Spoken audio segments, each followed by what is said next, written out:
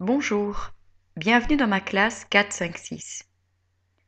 Aujourd'hui, nous répondrons à la question « Comment calculer l'aire d'un triangle ?» J'ai dessiné 3 triangles. Observons d'abord le premier. Je vais le comparer à une forme que je connais déjà bien, le carré. Si je regarde l'aire de mon carré et puis l'aire de mon triangle, je me rends compte que l'aire du triangle vaut la moitié de l'aire du carré. Je me souviens, pour calculer l'aire d'un carré, je multiplie le côté par lui-même. Étant donné que cette mesure est le côté pour le carré et la base pour le triangle, cette mesure est aussi le côté pour le carré et la hauteur pour le triangle. Si je multiplie le côté par le côté, j'obtiendrai bien l'aire de mon carré. Pour obtenir l'aire de mon triangle, je devrais diviser mon résultat par 2. Pour calculer l'aire de ce triangle bleu, je multiplierai donc ma base par ma hauteur, que je diviserai par 2. Mon calcul, 9 fois 9 divisé par 2 fois 1 cm², l'unité de mesure d'aire dans ce cas-ci, et j'obtiens 40,5 cm². J'observe mon deuxième triangle. Je le compare aussi à une forme que je connais bien, le rectangle. Je me souviens, pour calculer l'aire du rectangle, je multiplie la longueur par la largeur.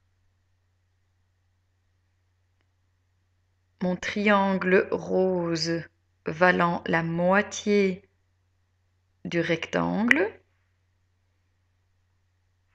Pour calculer l'aire du triangle, je devrais donc diviser mon résultat par 2.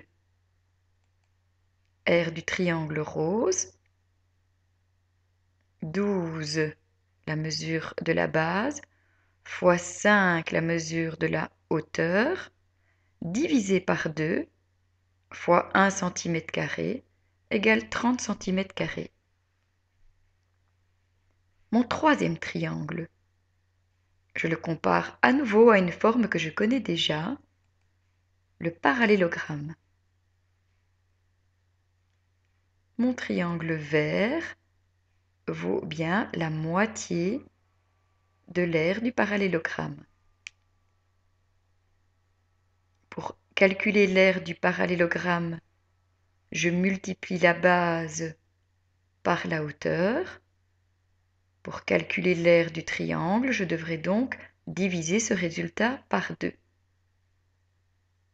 Pour calculer l'aire du triangle vert, je multiplie la base 11 cm par la hauteur 6 cm. 11 fois 6 divisé en 2 fois 1 cm² égale 33 cm².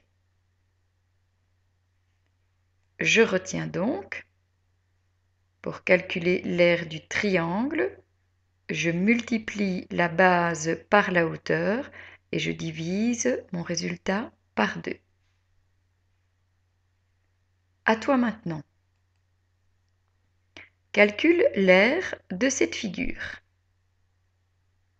Tu vas donc commencer par mesurer ton premier triangle. Je t'ai déjà donné ici les informations. Tu calculeras donc son aire. Tu calculeras ensuite l'aire du deuxième triangle. Et puis, tu calculeras l'aire totale. Si tu veux voir d'autres capsules, tu peux te rendre sur le blog maclasse456turpange.eu/classe inversée. Tu peux aussi m'écrire à cette adresse, je te répondrai rapidement. À bientôt!